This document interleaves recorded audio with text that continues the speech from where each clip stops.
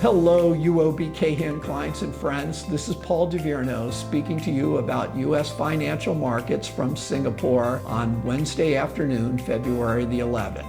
U.S. equity markets remain in very strong shape.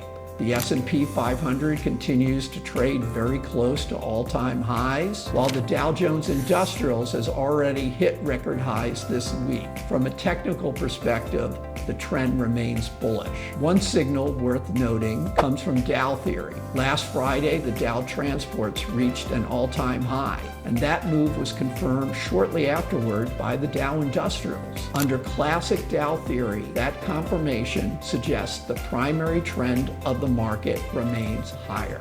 Instead, according to FactSet, earnings growth for fourth quarter of last year is now tracking around 13% year on year. In other words, companies have been cruising it again, even against the elevated expectation. The earnings strength is being supported by a U.S. economy that continues to grow strongly. The Atlanta Fed GDPNow model is currently pointing to around 3.7% growth for the fourth quarter. At this stage, with so much data already incorporated into the Atlanta Fed nowcast, the estimate is likely to be fairly accurate.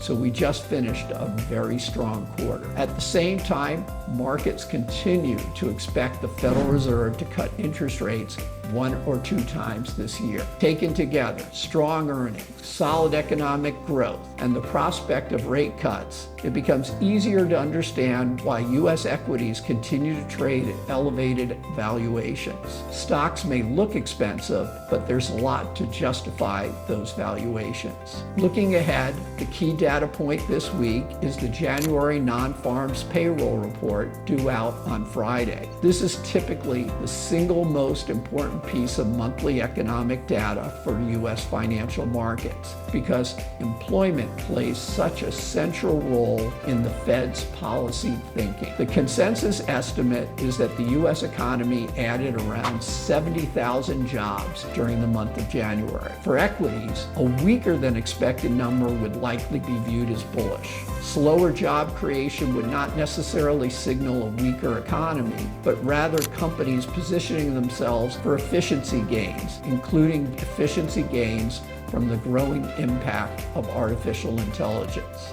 A stronger than expected jobs number, however, could dampen expectations for rate cuts, particularly since inflation data remains above the Fed's 2% inflation target. Goldman Sachs is forecasting around 40,000 jobs in the January Nonfarm's payroll report. A number like that would likely keep rate cut expectations intact without creating too much concern about the underlying strength of the economy.